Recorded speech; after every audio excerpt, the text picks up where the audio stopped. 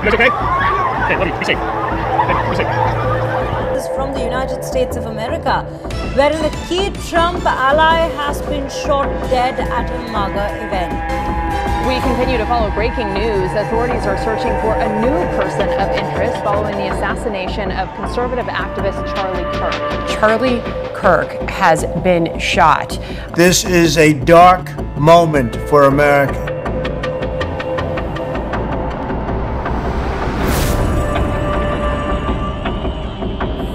Hello नमस्कार, सत श्री अकाल, अस्सलाम वालेकुम। कैसे हैं जनाब? आज वीडियो के आखिर में एक बंद लिफाफे में बात होगी, उम्मीद है आप लोग समझ जाएंगे। लेकिन अमेरिका से साथियों बहुत बड़ी खबर आ रही है, बहुत बड़ी खबर आ रही है। यूं तो जो हेड ऑफ स्टेट होते हैं या बहुत बड़े डिग्निटरीज होते हैं या लीडर्स होते हैं, उनके लिए इस तरह के अल्फाज इस्तेमाल किए जाते हैं। लेकिन मैं कह सकता हूं कि अमेरिका में एक बहुत बड़ा असैसिनेशन हुआ है 31 वर्षीय चार्ली कर्क का मैं आप लोगों को थोड़ा सा इतिहास बता दूं।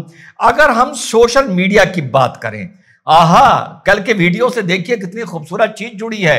अगर हम जेन जी की बात करें तो चार्ली कर्क वॉज द पर्सन जिसने 2024 में डोनाल्ड ट्रंप के चुनाव के चलते, देखिए कल ये बात भूल गया था, जबकि बिकॉज चार्ली कर्क एक यूट्यूबर भी है, पॉडकास्टर भी है, राइट विंग कमेंटेटर भी है, ऑथर भी है, इन्फ्लुएंसर भी है, तो इसको मैं फॉलो करता था। और मैं आपको बताऊं, जब मैं इसकी भाषा शैली देखता था तो मुझे बिल्कुल ऐसा लगता था जैसे एक यंग डोनाल्ड ट्रंप बात कर रहा है। आसान भाषा में अगर इसकी पर्सनैलिटी को हम एक्सप्लेन करें, आज वाला डोनाल्ड ट्रंप नहीं, मैं बात कर रहा हूं कुछ महीने पहले वाला डोनाल्ड ट्रंप, क्योंकि पिछले कुछ महीने में कहीं ना कहीं डोनाल्ड ट्रंप की पर्सनैलिटी में, ऑरा में, मैं कम से कम एज अ कमेंटेटर और एनालिस्ट या स्टूडेंट एक गिरावट महसूस कर रहा हूं।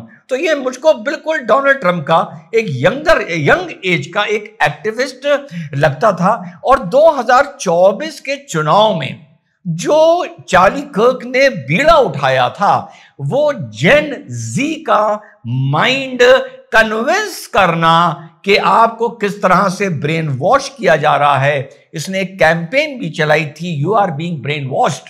इसने एक कैंपेन भी चलाई थी, स्टूडेंट समिट जेन जी। तो देखिए, कल जैसे मैंने मोदी जी के बारे में आपको बोला था कि जेन जी ने सोशल मीडिया पे वो कमाल किया जो 2012 पे जिस आदमी के लिए मणिशंकर बोल रहे थे चाय बेचने वाला देश का प्रधानमंत्री नहीं बन सकता, नहीं बन सकता, नहीं बन सकता, जेन जी ने उसे इस देश का प्रधानमंत्री बनाया था। इसी तरह चार्ली कर्क को जिम्मेदारी दी गई थी यूनिवर्सिटीज को एड्रेस करने की। और चार्ली कर्क ने जो टूर किया था पूरा नॉर्थ साउथ ईस्ट वेस्ट, ये ज्यादातर यूथ से बात करता था, यूथ वोटर को टारगेट करता था और कैंपसेस में जाकर उन लोगों के जो रुझान था वो डोनाल्ड ट्रंप के तरफ मोड़ने का प्रयास करता था एज अ कैंपेन। इनका जो मुख्य चीजों से चार्ली कर्क का नाम जुड़ा हुआ था, 2012 में यह बंदा लाइमलाइट में आता है। He was only 31 years of age. बहुत जल्दी इसको सोशल मीडिया पर सक्सेस मिला था और लोग कहते थे कि आने वाले 10 से 15 साल में he might be in a very strong position to be in the presidential race. तो विडंबना देखिए या अजीब और गरीब बात देखिए कि ही वॉज द पर्सन जो गन कंट्रोल के अगेंस्ट कैंपेन करता था and ultimately he was shot in the neck by a person जो एक ऊपर बिल्डिंग पे बैठकर जिसने गोली चलाई है और जो फायर के बाद भागता हुआ भी नजर आया है। अबॉर्शन राइट्स के अगेंस्ट ये कैंपेन चलाता था, इसकी कैंपेन चलती थी। LGBTQ राइट्स के अगेंस्ट इनकी कैंपेन चलती थी। क्रिश्चियन नेशनलिज्म को ये चार्ली कर्क प्रमोट करता था, बट इतना एक्सट्रीम में नहीं करता था जिस तरह से क्रुक्स क्लैन करते हैं। इतना एक्सट्रीम में नहीं, बिकॉज इसका जो अप्रोच था ये बेसिकली स्टूडेंट से बात करता था एंड एक बैलेंस्ड अप्रोच लेके चलता था। बट यस, अमेरिकन नेशनलिज्म की बात करता था, क्रिश्चियन नेशनलिज्म की बात करता था। और इन्होंने एक थ्योरी है रिप्लेसमेंट थ्योरी। रिप्लेसमेंट थ्योरी वही है जिसकी लगभग इस टाइम हर देश में, अमेरिका में, यूरोप में, इंडिया में, असम में, बंगाल में, हर जगह बात हो रही है। उसको जो एक एकेडमिक टर्म दिया गया है वो दिया गया है रिप्लेसमेंट थ्योरी। यानी एक थ्योरी ये है कि धीरे धीरे अमेरिका और वेस्ट में व्हाइट्स को रिप्लेस किया जा रहा है नॉन व्हाइट से, स्पेशली बाय द मुस्लिम्स। ये एग्जैक्ट रिप्लेसमेंट थ्योरी ये बोलती है। तो रिप्लेसमेंट थ्योरी को ये प्रोपोगेट करता था कि आप लोगों की डेमोग्राफिक चेंज हो रही हैं। So again he was addressing in the state of उठा, ये वहां पर एक स्टूडेंट्स को एड्रेस कर रहा था, एक मंच बना हुआ था और वहां पे अपनी बात करते करते ही वॉज सिटिंग अलोन, तो दूर से किसी हाई प्रोफाइल राइफल से एक सिंगल शॉट मारा गया जो इसकी नेक पर लगा है। विजुअल्स कम्युनिटी गाइडलाइंस की वजह से हम आपको नहीं दिखा सकते। हो सकता है कोई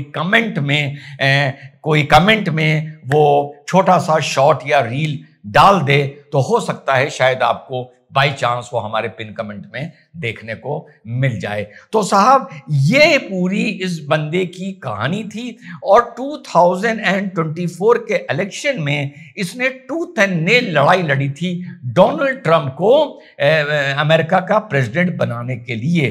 डोनाल्ड ट्रंप ने इसमें जो अपना पहला रिएक्शन दिया है, To my great fellow Americans, I am filled with grief and anger at the heinous assassination of Charlie Kirk on a college campus in Utah. And there has never been anyone who was so respected by youth. This is a dark moment for America. Charlie Kirk traveled the nation, joyfully engaging with everyone interested in good faith debate. His mission was to bring young people into the political process, which he did better than anybody. For years, those on the radical left have compared wonderful Americans like Charlie to Nazis and the world's worst mass murderers and criminals. जी हाँ साथियों, तो ये बात Donald Trump ने बोली है और ये वाकई जो उन्होंने डोनाल्ड ट्रंप ने बोला ये रेडिकल लेफ्ट का काम है। और इस तरह को, इस तरीके की पर्सनैलिटी को जितना, क्योंकि मैंने इसको काफी फॉलो किया था, मैंने जब एक बार देख लो तो बार बार वो चीज सामने आती रहती है। बहुत हाजिर जवाब बंदा था। तो जितना भी हम लोग ने पिछले दिनों में देखा कि डोनाल्ड ट्रंप जिस एजेंडा पे, जिस पोल प्रोमिसेस पर जीत के आए थे, जिस तरह से चार्ली कर्क उनके साथ लगे थे, जिस तरह से चार्ली कर्क अमेरिका की जेन जी को कन्विंस और इन्फ्लुएंस कर रहे थे कि this is the time to change, this is the turning point, जो 2012 में इन्होंने ऑर्गेनाइजेशन शुरू की थी, टर्निंग पॉइंट, और बाकी जितनी भी चीजें मैंने आपको बताई हैं, उस पूरी चीज का, उस पूरी कैंपेन का यूं कहें या ये एक बहुत खतरनाक खूनी अंत है, क्योंकि जिसको नहीं पता उसके हिसाब से उसको लगेगा कि कोई कमेंटेटर था, कोई यूट्यूब पर पॉडकास्ट करता था, वो मारा गया है। नहीं, इस बंदे की वहां की पूरी इकोसिस्टम में, वहां के मीडिया, सोशल मीडिया में बहुत वैल्यू थी, स्पेशली 2024 के चुनाव के बाद। तो जिस तरह से ये असैसिनेशन, मैं शब्द यूज कर रहा हूं, हुआ है, वो जो पूरी एक कैंपेन थी डोनाल्ड ट्रंप की, और बाकी आप लोग सब देख रहे हैं किस तरह से एंटी इमिग्रेशन का चल रहा है। शिकागो में क्राइम को लेकर रिपब्लिकन गार्ड्स भेजे जा रहे हैं, एलए में चल रहा है, लोग पकड़ पकड़ के अपने देश भेजे जा रहे हैं। देश एक तरह से बीच से फट रहा है, बट रहा है, ओपिनियन बट रहे हैं। तो ये उस पूरी कैंपेन का या तो एक बहुत खूनी अंत हुआ है, या उस पूरी कैंपेन का ये एक बहुत खूनी, मेरे साथियों, ये बहुत खूनी शुरुआत मुझे देखने को मिल रही है। और जब हम इस असैसिनेशन को देखते हैं, ये हूबहू वो असैसिनेशन है जो 2024 के चुनाव से पहले डोनाल्ड ट्रंप पे अटेम्प्ट हुआ था, जिसमें इसी तरह की एक फील्ड थी, लगभग इसी तरह का टेंट था, लगभग उसके सामने इसी तरह की एक बिल्डिंग थी और वहां से एक single shot high profile high calibre rifle से गोली चलती है और डोनाल्ड ट्रंप के ऑफ द ईयर को छूती हुई निकलती है। आप लोगों को अच्छी तरह याद होगा। हूबहू ये उस किस्से का रेप्लिकेट होता हुआ साथियों नजर आ रहा है। और डोनाल्ड ट्रंप ने भी, जैसा मैंने आपको बताया, कि रेडिकल लेफ्ट को डायरेक्टली अटैक करते हुए, हां अभी कोई भी पकड़ा नहीं गया है। 2-3 लोग FBI ने पकड़े थे, उनको इनिशियल क्वेश्चनिंग के बाद, इंक्वायरी के बाद उनको फिलहाल छोड़ दिया गया है। और बहुत ही खतरनाक ये पूरी दुनिया के लिए और अमेरिका के लिए ये असैसिनेशन है। चलते चलते ये भी कहूंगा कि कभी कभी कुछ बड़े बड़े देशों में बड़ी बड़ी सरकारें कभी कभी अपने किसी बड़े बड़े कामों से बड़ी बड़ी तरीके से इस तरीके से घिर जाती हैं, तो फिर उन्हीं देशों में बड़ी बड़ी घटनाएं भी होती हैं। जय हिंद, वंदे मातरम, खुदा हाफिज़।